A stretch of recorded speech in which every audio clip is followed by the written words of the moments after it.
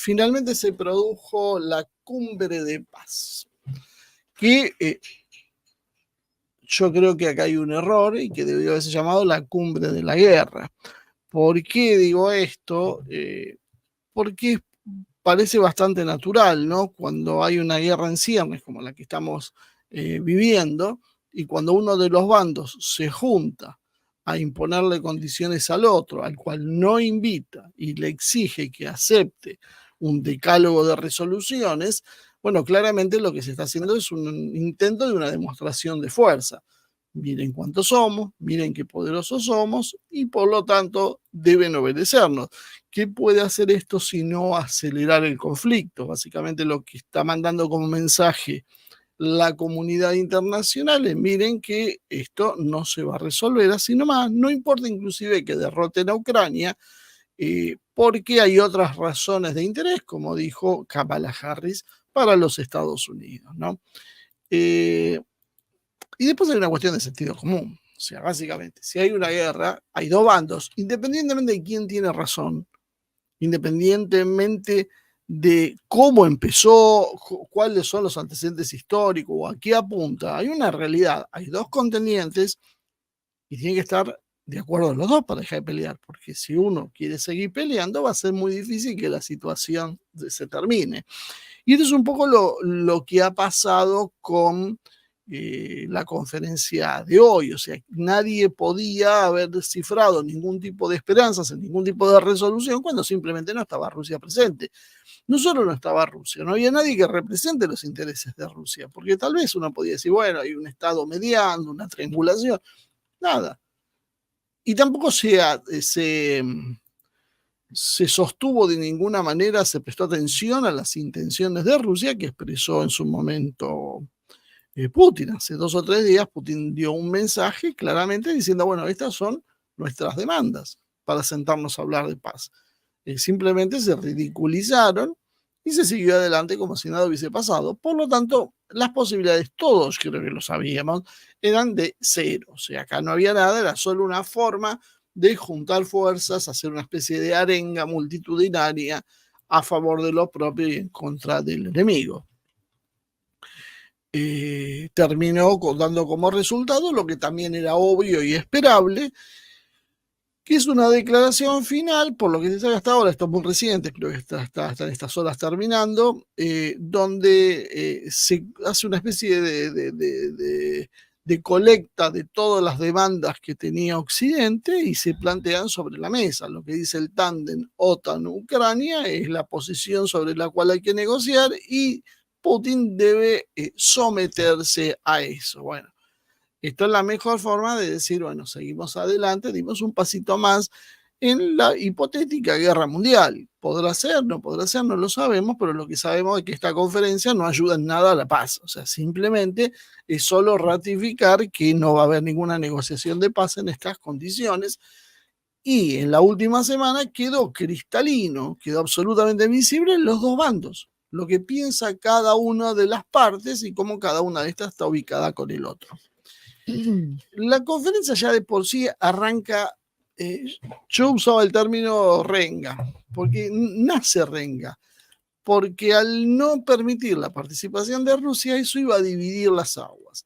Y de los 193 países que están asociados a la ONU, no sé si se asoció alguno más, por ahí dice alguno más, porque este número vive cambiando, pero es aproximadamente 193 países de la ONU, solo 84 son los que participaron. Mucho, poco, bueno, esto es muy relativo, pero en principio, en todo caso, veríamos un golpe de vista a dos bandos. Inclusive este es el bando menos numeroso, porque el resto no participó por algún motivo. Un detalle tampoco no menor es que de esos 84 países que estuvieron presentes, 60 enviaron delegaciones presidenciales, pero el resto no. Mandaron delegaciones ministeriales, lo cual inclusive baja de rango a la situación. Y la ausencia de países de la magnitud de China simplemente, bueno, demuestran la imposibilidad de tomar seriamente esto como un acuerdo de gobernanza mundial o algo similar. Esos 84 países mencionados suman una superficie de 43 millones de kilómetros cuadrados contra 129 millones que sería el total, lo cual ya nos está mostrando que estamos más o menos en un tercio de la superficie del mundo, y es más grave si contamos los habitantes, porque aproximadamente esos países tienen 1.700 millones de habitantes sobre un total de casi 8.000, 7.900 según los últimos datos del Banco Mundial y de la FAO. Y esto implicaría entonces, perdón, de la ONU y del Banco Mundial, los datos. Esto implicaría entonces básicamente 20% de la población aproximadamente. O sea, estuvo representadas muchos países, pero poca sustancia. Y si lo vemos en el PBI, que es lo otro que tal vez sea sensible a los intereses, sobre todo los intereses, podríamos decir, del análisis real, ¿no? No al análisis que tiene que ver con lo voluntario, con lo que está bien o lo que no está bien, porque ahí no interesaría tanto cuán ricos son, pero sí si hacemos un balance de poder, esto obviamente es un tema importante. Bueno, el PIB combinado del mundo hoy aproximadamente está en unos 94 billones de dólares, y los países presentes en la conferencia apenas eran de 38 billones. No saqué el porcentaje justo, pero es aproximadamente un 40%.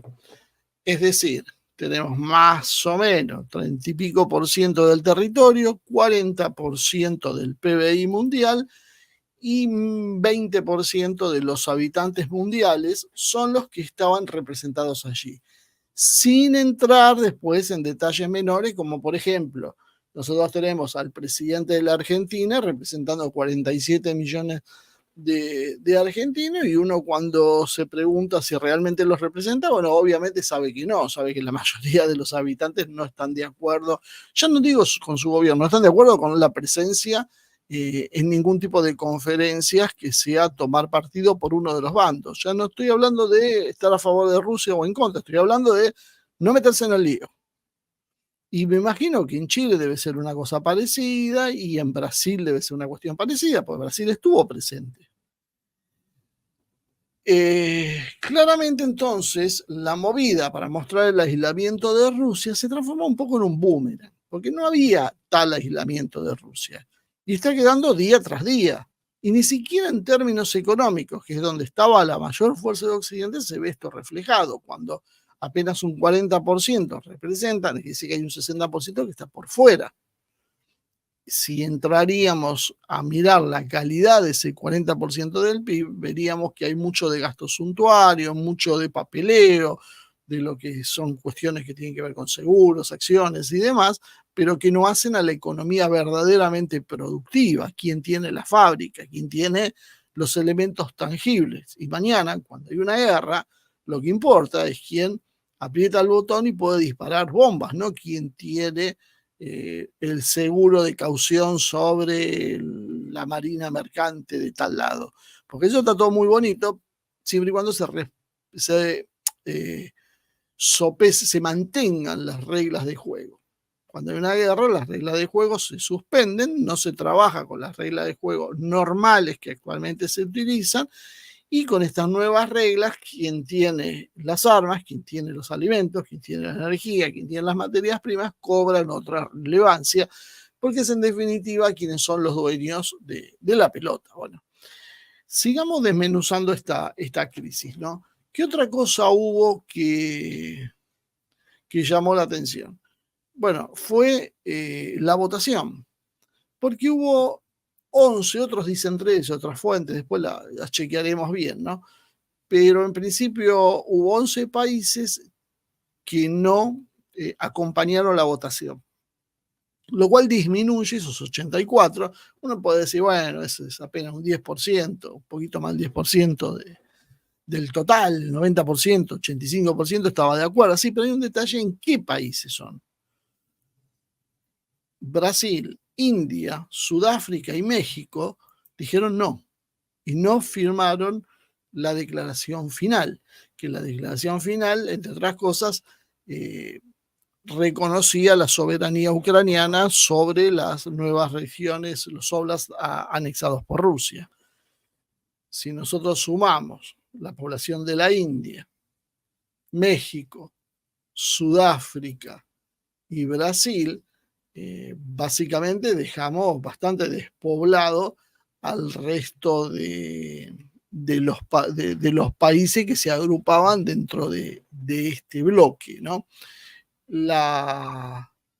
Los países más importantes, básicamente, numéricamente, se empiezan a encontrar dentro del bloque que le dice que no a Occidente, o que no está sujeto a los caprichos de Occidente, y además son muy representativos, porque Brasil es el país más importante de la región sudamericana, sobre todo tomando en cuenta la economía. México es el más importante de habla hispana por su número. La India es un subcontinente en sí mismo y probablemente Sudáfrica es uno de los más relevantes, podríamos decir, de África, de una África que en líneas generales se está sublevando contra esta política, ¿no? Y también vemos otra cosa que llama la atención, que es el encolumnamiento de los BRICS. Los BRICS se mantienen en una posición bastante,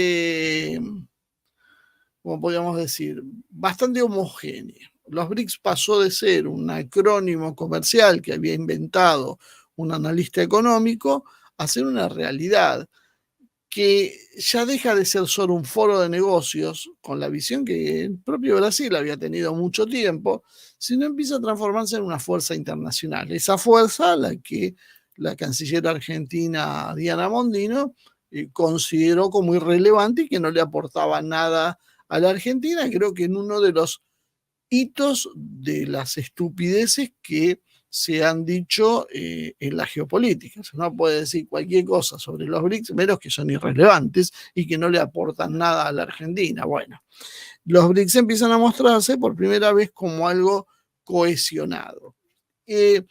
No estuvieron solos estas naciones porque fueron acompañados por Armenia.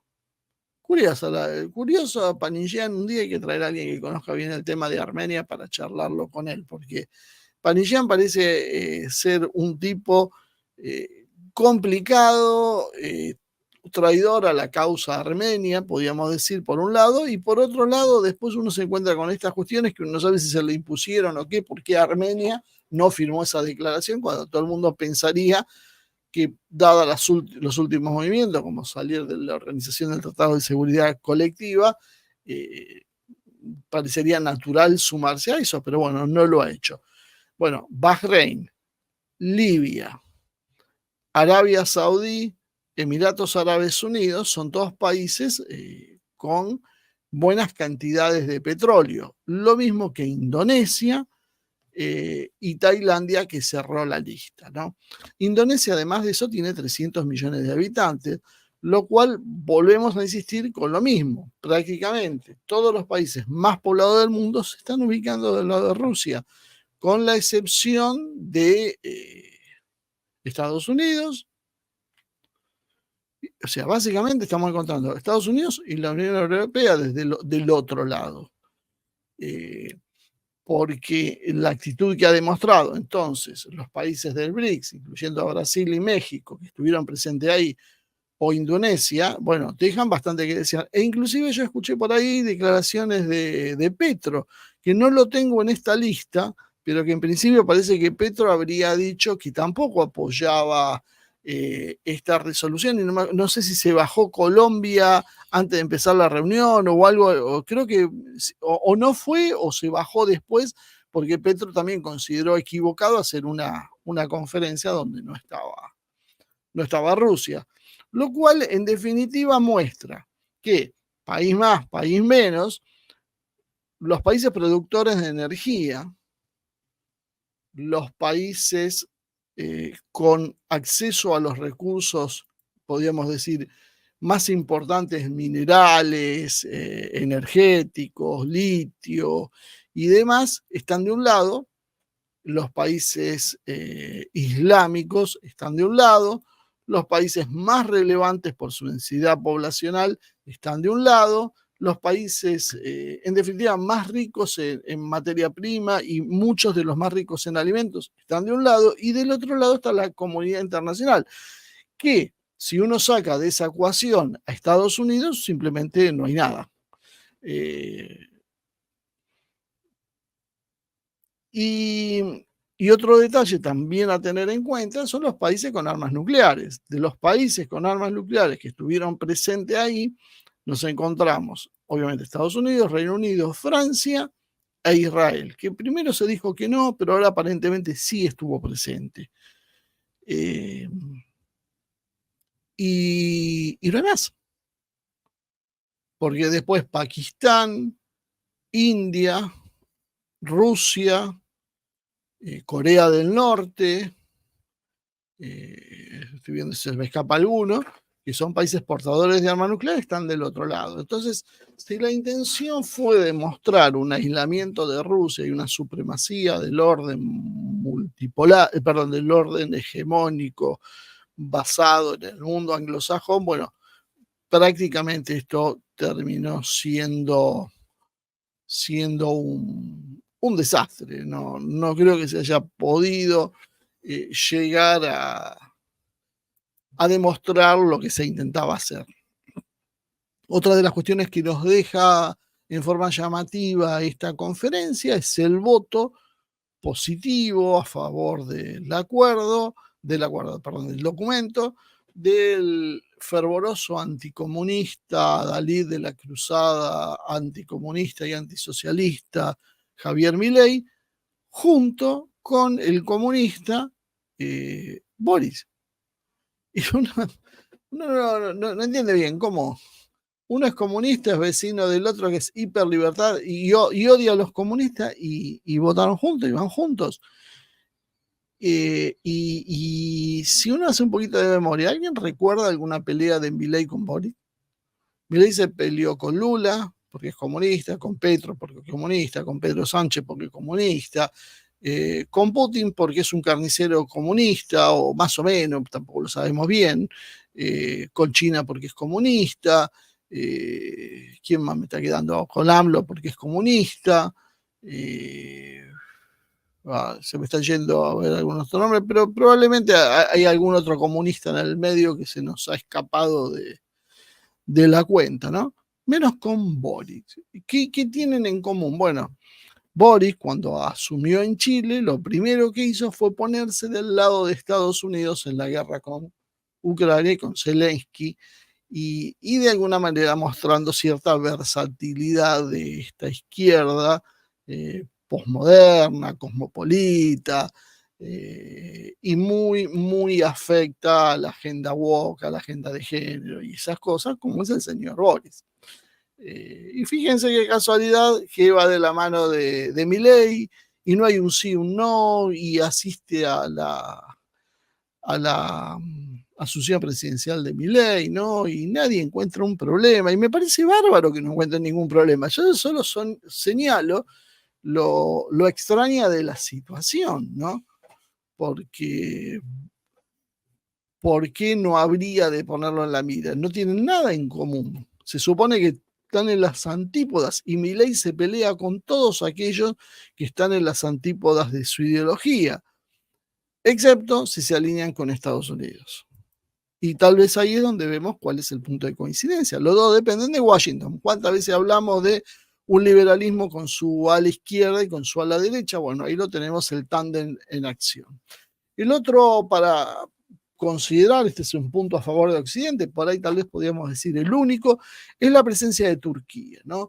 Turquía con este habitualmente errático Erdogan, que va para un lado y va para el otro tratando de sacar ventajas propias, pero que parece que está empezando a molestar seriamente a las autoridades del BRICS, porque el mismo Putin le ha tendido más de una vez una mano intentando que Turquía finalmente se sume al BRICS, hasta les ha vendido los S-400. Y sin embargo, Turquía, cuando parece que todo va bien, hace alguna agachada.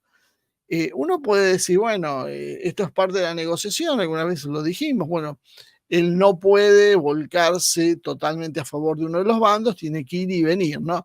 Pero a veces va con cuestiones un poquito más allá de las simpáticas, y yo creo que aparte hay un momento para todo.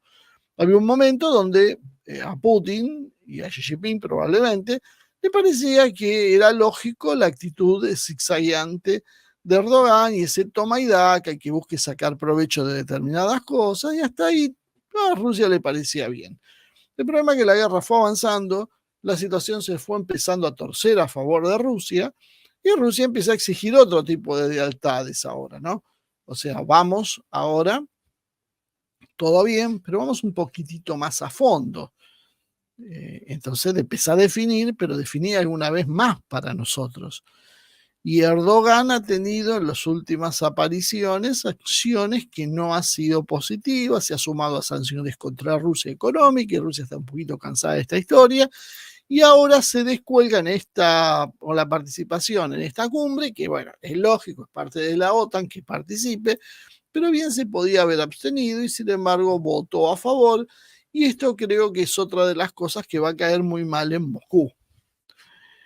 Y hay un tema más que me pareció que zanja muchas de las discusiones que venimos teniendo desde hace 2 años, ¿no? Cuando nosotros tratamos de aplicar el realismo político, mientras otros nos hablan de no, que respetar los límites de los estados, no invadir países, el imperialismo ruso que se expande, el maltrato a los vecinos, la prepotencia, la dictadura de Putin y todas las cosas que ustedes ya conocen, ¿no?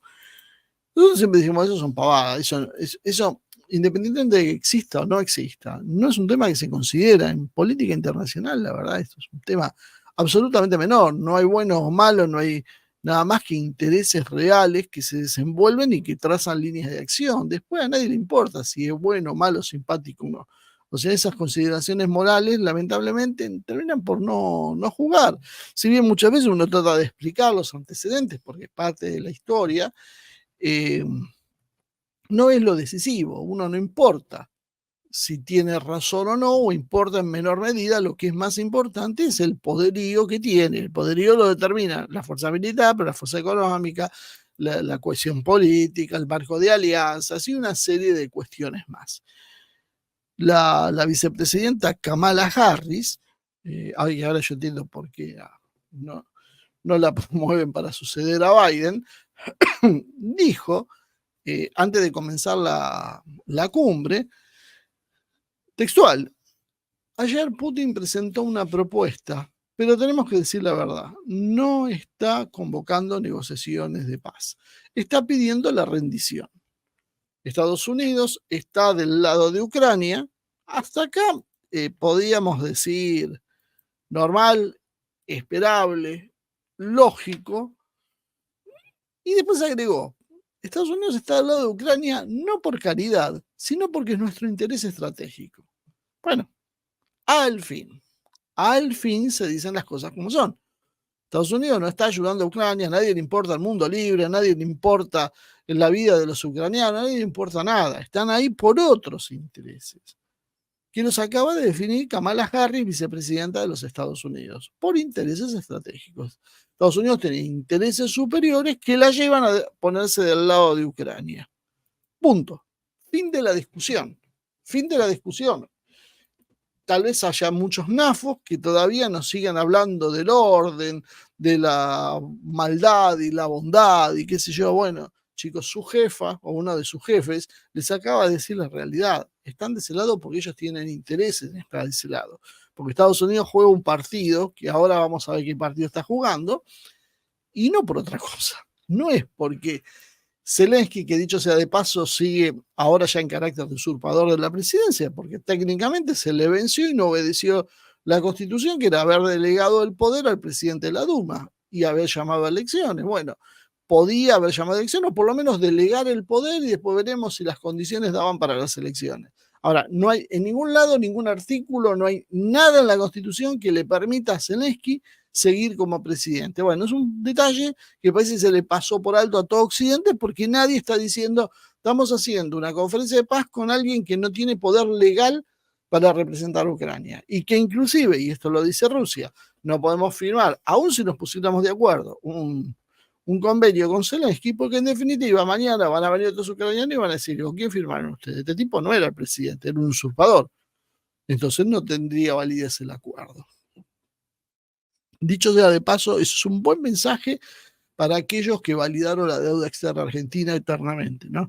Porque cuando la deuda se contrae por fuera de los mecanismos legales, ya sea por un gobierno que no es legítimamente constituido o porque no cumple con los pasos legales, como es que el endeudamiento lo haya terminado favoreciendo el Congreso, eso es lo que tenía que haber hecho, repudiado la deuda porque estaba mal tomada, sin embargo, bueno, optaron por validarla.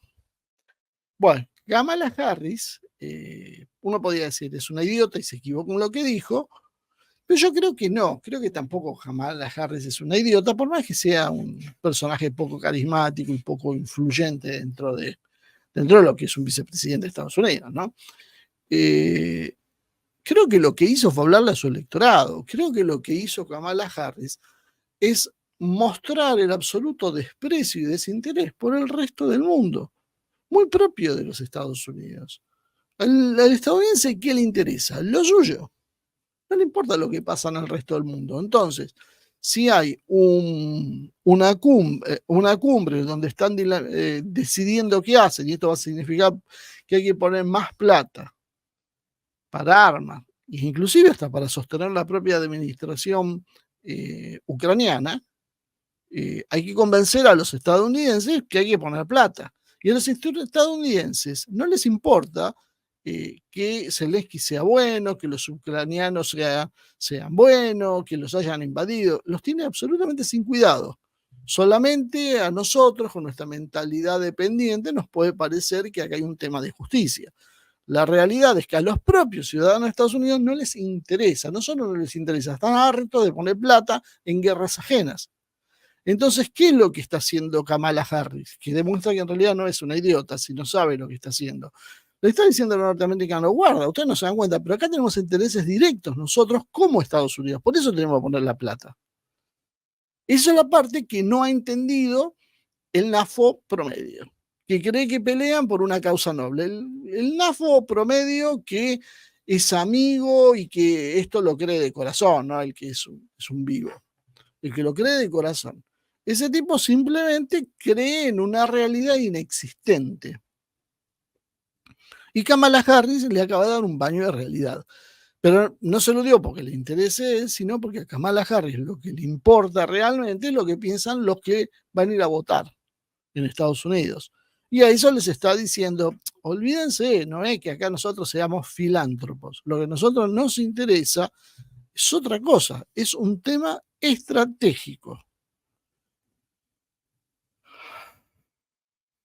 Ahora, ¿cuál es el tema estratégico para Estados Unidos que deviene que gaste cientos de miles de dólares en un proyecto como este? Bueno, uno, el obvio, el que hemos hablado 1000 veces, la cuestión militar. El tema de aproximar con las fronteras a las fronteras rusas con las tropas de la OTAN, poner misiles apuntando a los principales ciudades y los principales centros de desarrollo industriales, fábricas de material militar y demás, que sean puntos sensibles de Rusia, y desde allí poder promover dos acciones. Una, un levantamiento interno, estilo revolución de color, desgastando al gobierno ruso, vieja estrategia que han utilizado muchísimas veces, inclusive lo usaron contra la Unión Soviética, y la otra, un ataque relámpago que pueda destruir a Rusia o una combinación de armas, levantar internamente para producir un caos y aprovechar y hacer un ataque y tratar de generar el país, ponerlo en una especie de anomia que de alguna manera, si vos volás el Kremlin por los aires y sacás a la población a la calle, qué sé yo, bueno, vaya uno sabe qué pasa.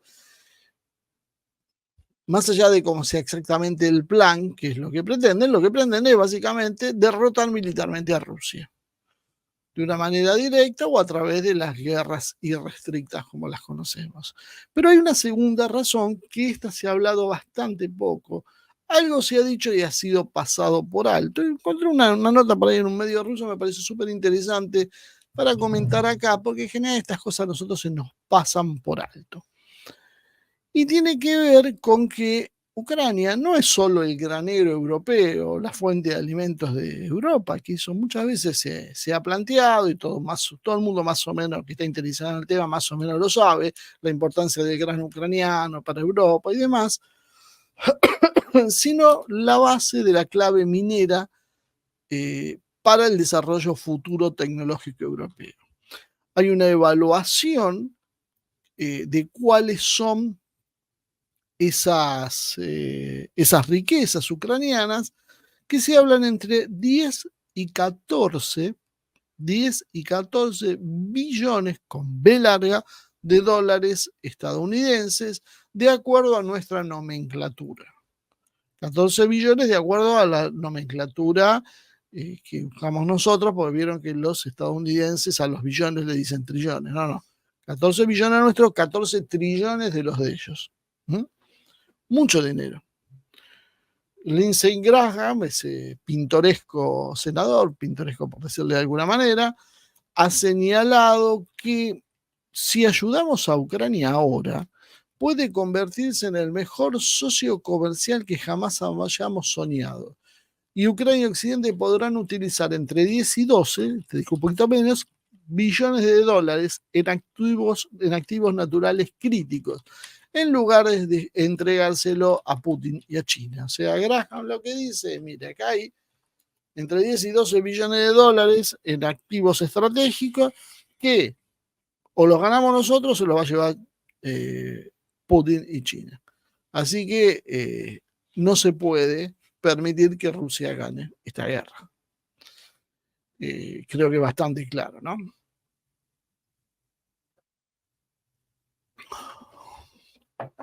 Roderick Kiesewetter, miembro del Bundestag por parte de la Unión Demócrata Cristiana, dio una entrevista a un medio, Tagesschau, y dijo, si Europa quiere completar la transición energética, que saben que es ahora ya con manchas, ¿no? Pero era la gran agenda que tenía toda Europa, toda la Unión Europea, la transición energética, necesita sus propios depósitos de litio, ¿no? Y adivinen dónde están los depósitos de litio. Sus propios, no estamos hablando de los depósitos, por ejemplo, en Sudamérica, Chile, Bolivia, Argentina. Estamos hablando de tener depósitos propios de litio. ¿Dónde puede haber litio? A ver, hagamos un esfuerzo de imaginación. Donetsk y Lugansk. Tal vez les suene porque son precisamente el eje del conflicto. Donetsk y Lugansk son los dos oblasts que ahora anexó Rusia, que son los que primero se levantaron contra el gobierno surgido del golpe contra Yanukovych.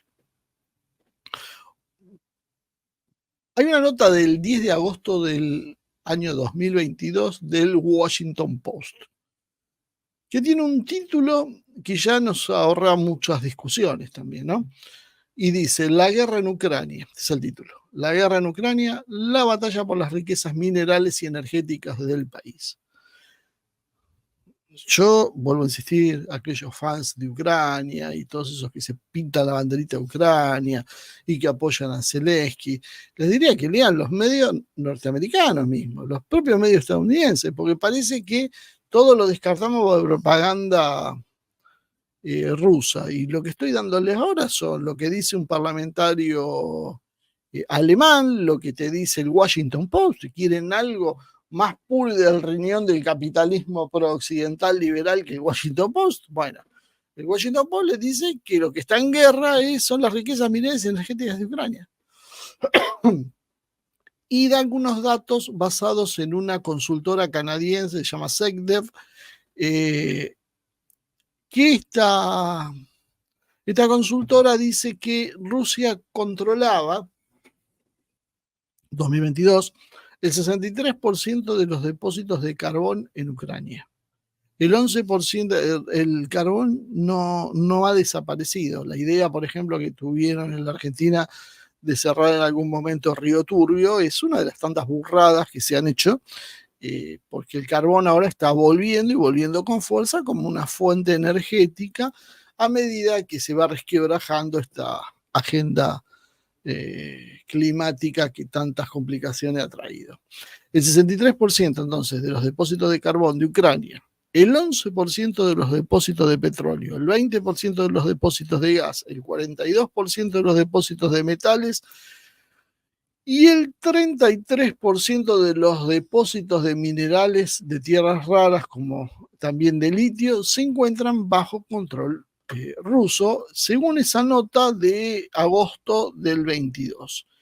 Ucrania, según este mismo artículo, había perdido 41 depósitos de carbón, 27 de gas natural, 14 de propano, 9 depósitos de petróleo, 6 de mineral de hierro, así como otros depósitos de titanio, circonio, estroncio, litio, uranio, oro y una gran cantera de piedra caliza. La mitad de las existencias de las riquezas de Ucrania, dice la propia nota, que se concentran en Lugansk, en Donetsk y en Dnipropetrovsk. O sea, que el Donbass en manos de Rusia y que está habitado por rusoparlantes, les recuerdo a aquellos que se olvidan, representan aproximadamente el 70% de los recursos minerales de Ucrania que ambicionaba Occidente. Los rusos estiman, en general, esto ya no lo dice la nota, los medios rusos estiman que el mayor interés de Occidente por Ucrania radica en obtener el litio, el cobalto, el escandio, el grafito, el tantalio, el niobio y otros elementos de tierras raras. Y para terminar de clarificar la cuestión, dicen que 30 de las hay 30 sustancias definidas como estratégicas por la Unión Europea para su propio desarrollo, decidido básicamente como materias primas críticas que la Unión Europea necesita para su propio desarrollo, para la producción en general de lo que son dispositivos electrónicos. Ucrania tiene 21 de esos 30 elementos. Es decir, para Europa es clave contar con las riquezas de Ucrania. Por eso, el empecinamiento también europeo en llegar a esas riquezas, ¿no? Por lo tanto, llegando a una situación en que Occidente está en una guerra de desgaste con Rusia y básicamente también con China, porque con China la hace en el plano comercial, ¿no? Una guerra en la cual nosotros vamos viendo que va creciendo el consumo de riquezas, de hidrocarburos, de todo lo necesario para mantener la guerra, más la actividad normal, hace que sea acuciante para Occidente obtener cada una de las grandes fuentes de materias primas necesarias. Y ahí entra en juego también Ucrania. El mundo multipolar tiene muchas riquezas de este tipo. El mundo occidental no tiene tantas. Tiene algunas en Estados Unidos, Europa tiene poco, Japón obviamente prácticamente no tiene nada, Corea tiene muy poco, que tiene es Corea del Norte. Y tenemos una necesidad industrial y productiva de un sector y las riquezas del otro lado. Hasta ahora era fácil porque obtenían esas riquezas por muy poco dinero.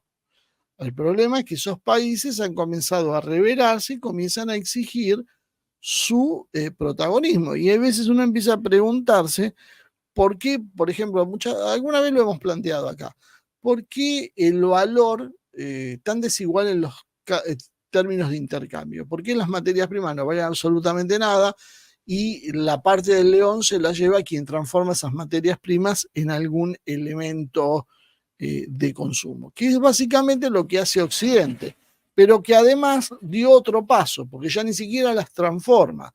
Occidente toma las materias primas de A, las pone en B para que se las transforme y se queda con las ganancias, simplemente por mediar, por ser dueño, titular de las acciones de quienes obtienen las materias primas y quienes las transforman. Pero en definitiva, el aporte que está haciendo Occidente es entre poco y nada. Todo eso se está haciendo en otros lados y lo que está pasando es que aquellos que lo están haciendo se están dando cuenta y están reclamando entonces cambiar los términos de intercambio. Es decir, ¿por qué nuestra producción vale tan poco? ¿Se acuerdan lo que pasaba? Fue un caso grotesco, yo ahora no me acuerdo justo los números, pero con el uranio en Níger, por ejemplo, en Níger creo que era, Francia lo pagaba a menos del 1% de su valor. No era que lo pagan un 20% más barato, lo pagan el 1% de lo que vale. Y encima después le condicionaban la plata esa a que la depositen en bancos franceses y demás, ¿no?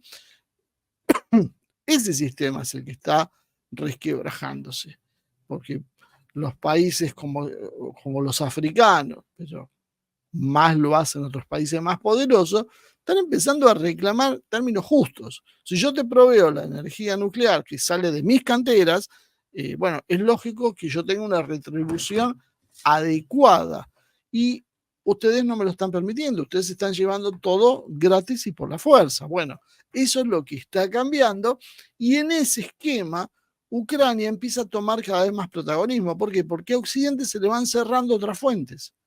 A medida que Occidente va perdiendo la carrera por la explotación de los recursos de África, por ejemplo, Occidente empieza a necesitar suplirlos con otras cosas. Si vos perdés recursos de Asia Central, perdés recursos del sudeste asiático y perdés recursos de África, claramente no te podés dar el lujo de perder Ucrania, porque es clave. Y por eso también tenemos tan fea la parte ahora en nuestra región, porque nosotros somos la última de las trincheras contra el avance de la barbarie multipolar contra Occidente. Occidente de nuestros países obtiene lo mismo, obtiene minerales, energía, alimentos. Bueno, a medida que se van cayendo las otras fuentes, estas requieren cada vez más importancia. Y por eso cada vez más vemos estos grotescos que tenemos como gobierno, porque la presión del norte es cada vez mayor para no perder esos recursos, pero bueno, el proceso es inexorable y nos va a llegar, ¿no? Y lo que mostró de alguna manera esta conferencia de paz, para ser generoso, es que las naciones se terminan alineando a medida que van aumentando las tensiones, todas cosas que hemos previsto nosotros hace años atrás que iban a suceder, ahora ya están pasando ante nuestros ojos. A medida que se tensa, o sea, cuando alguien te genera una oposición, si vos no podés aplastarlo rápidamente, esa oposición empieza a atraer y empieza a generarse una fuerza centrípeta que atrae para su centro por un lado, y lo mismo pasa con Occidente, que trata de asegurar lo que ya tiene. Entonces no hay espacio para posiciones intermedias. Se van radicalizando las posiciones. Entonces, lo más inteligente que podríamos hacer nosotros sería mínimamente mantenernos neutrales, fuera de ese problema, tratando de ganar tiempo. Que en definitiva es lo que hace China, lo que hace India, lo que hacen casi todos los países más o menos serios. Se trata de mantenerse al margen y dejan que traccione Estados Unidos por un lado y Rusia del otro. Pero claro, la vorágine de los acontecimientos tarde o temprano te termina arrastrando. Y lo que pasó con la conferencia de paz es que de alguna manera puso arriba de la mesa a los países. Y puso los países que directamente ya están en contra, que ni fueron, los que están a favor, que fueron y votaron, y un sector numéricamente no tan importante, pero sí por población, por capacidades, y por injerencia, sí como actores decisivos que están en equilibrio, pero no se pliegan con Occidente, porque India, México, Brasil, ¿qué están haciendo? Están haciendo equilibrio. O sea, pero claro, tenés haciendo equilibrio un país que es limítrofe con el tuyo, como es México. Brasil, que si se desestabiliza Brasil para Estados Unidos, puede arrastrar al resto de la región sudamericana, más con una Argentina que es un país que hoy está bajo el control libertario, pero es un país inestable y en cualquier momento puede cambiar de bando otra vez. India era la gran apuesta de Occidente para controlar Asia, para frenar el avance de China y demás. India está marcando que no tiene ningún interés en jugar ese papel. India se prepara para otro mundo donde además quiere ser una de las cabezas de ese mundo. Por lo tanto, no va a aceptar subordinancia a Occidente y no importa que haya sido de la Commonwealth o que sea de la Commonwealth. O sea, hoy es otra India. Y la injerencia que pueda tener Reino Unido sobre India se va desvaneciendo con el tiempo.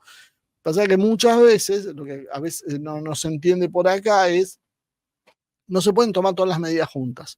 Yo no puedo agarrar y salir y decir, bueno, ahora nos peleamos y cambiamos de bando. Y, hay presiones internas, presiones externas para que esto no se pueda hacer de esa manera y se vaya haciendo muy gradualmente. Son muchos siglos de dominio en los cuales se ha ido instalando toda una clase, sobre todo profesional, dirigente, que juega con Occidente, conscientemente porque está a sueldo o porque culturalmente ha sido atrapado por Occidente y no consigue ver cuál es sus intereses. Entonces, lo que se está haciendo es avanzando gradualmente, despacito, lentamente, en la medida de lo que se pueda, tratando de priorizar sus propios intereses. Como excepción a la regla está la Argentina, que va exactamente en contra de sus intereses, rompiendo tradiciones históricas, porque si la Argentina se hubiese mantenido al margen de todo esto, ni siquiera hubiese ido a la conferencia, o hubiese ido y se hubiese abstenido, a nadie le hubiese llamado demasiado la atención, porque estaría más cerca de la línea histórica. Lo que llama la atención de la Argentina es la ferocidad con que hoy se vuelca por un bando que encima va a ser el bando perdedor, lo cual es todo un enorme desaguisado y que lleva algunos conflictos y problemas también para tratar de entenderse, como por ejemplo, que Milei te dice, mi política es la política de Estados Unidos y la de Israel, y después resulta que Estados Unidos y Israel no concuerdan en algunas cosas, y claro, la política de Milei queda ahí tecleando, porque para que, ¿con quién voy yo entonces? Si no se me ponen de acuerdo los dos jefes. Es un problema, es como un chico chiquito donde se pelean los padres y uno le dice vamos por acá y el otro dice vamos por allá y el chico lo mira y dice yo tengo que obedecer y aquí no obedezco de los dos. Si yo los quiero a los dos, háganse amigos de vuelta. Ese es un poco el problema que hoy está teniendo Milei. Y ya como para ir terminando esta historia, quiero terminar recordándoles que Putin acaba de hacer una nueva oferta para sentarse a negociar y que a diferencia de las ofertas anteriores, Rusia ya reclama los territorios conquistados. Es decir, si Ucrania hubiese acordado en otro momento, hoy los 4 oblasts no serían parte de Rusia. Serían seguramente una región autónoma asociada a Ucrania, porque era lo primero que pedía Rusia. Acuérdense que Donetsk y Lugansk pidieron ser parte de Rusia ya por allá por el 2014, cuando se empieza a producir todo este lío. Y Rusia nunca había aceptado eso. ¿Por qué no lo había aceptado? Para no generar el conflicto que se generó. Una vez que el conflicto se generó, no le quedó otra que tomar partido, y cuando tomó un partido por los suyos, que además le conviene por todo lo que estábamos hablando. El propio esfuerzo de guerra se va a pagar con las riquezas mismas que Ucrania puede aportarle a la Federación de Rusia o los territorios de Ucrania que empiecen a ingresar a la Federación Rusa. Y en una muestra de pragmatismo, donde no tiene nada que ver si yo tengo derecho o no tengo derecho, si está bien o está mal, son los hechos. Y Rusia ahora te está diciendo, bueno, si quieren nos sentamos a negociar. Que yo creo que en el fondo Rusia no tiene interés. Lo hace de alguna manera para compensar y mostrar popularmente la voluntad. Miren, nosotros queremos negociar. Desde el primer momento Rusia dijo que quería negociar. Pero en realidad Rusia necesita otras cosas porque saben que va a ser endeble. Pero las condiciones que fija, de la forma en que lo fijo, son imposibles para Occidente, porque Occidente necesita castigar a Rusia, además, por haber osado rebelarse contra el poder imperial. Entonces, no hay forma de negociar eso. Pero Rusia te está diciendo, vamos por eso, y si le dices que no, Rusia ya dijo, bueno, guarda, porque esta oferta es como que tiene un plazo de vencimiento, ¿eh? No es para siempre. ¿Qué está diciendo Rusia? Después vamos a ir por Odessa. Nosotros no podemos no traer a Odessa de vuelta. ¿Por qué Rusia no lo dice ahora? Porque no tiene necesidad de acelerar los tiempos y quedarse como la política expansora, la potencia expansora. Rusia simplemente lo que hace es decir, miren que es ahora sí, cuando avancen las cosas y cuando terminen tomando Odessa, el próximo paso de negociación va a ser decir, Odessa ya es Rusia, hablamos de ahora en más. Lo que Rusia termina tomando no vuelve a la discusión, no hace el desgaste para después sentarse y cederse al Occidente. Porque inclusive ni siquiera internamente Rusia tendría plafón para hacer eso. Putin, por más que quisiera, no lo podría hacer. Tendría un levantamiento interno porque los rusos están cada vez más enojados con esta historia y cada vez más quieren la definición y quieren terminar con el problema ucraniano. Como decía la otra vez, Aleya y Acta Est, Occidente perdió la batalla, Occidente ya tiene perdida esta guerra y solo tiene dos caminos para elegir. O acepta la derrota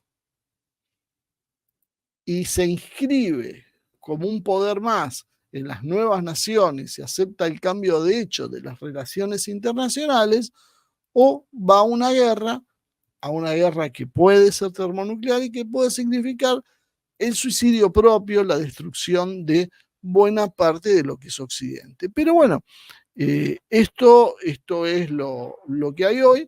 Esto es lo que debe decidir Washington y por eso, como siempre decimos, veremos qué pasa con la nueva presidencia, si Trump llega al poder y si llega al poder, si realmente consigue cambiar esto o el destino final será el de la guerra.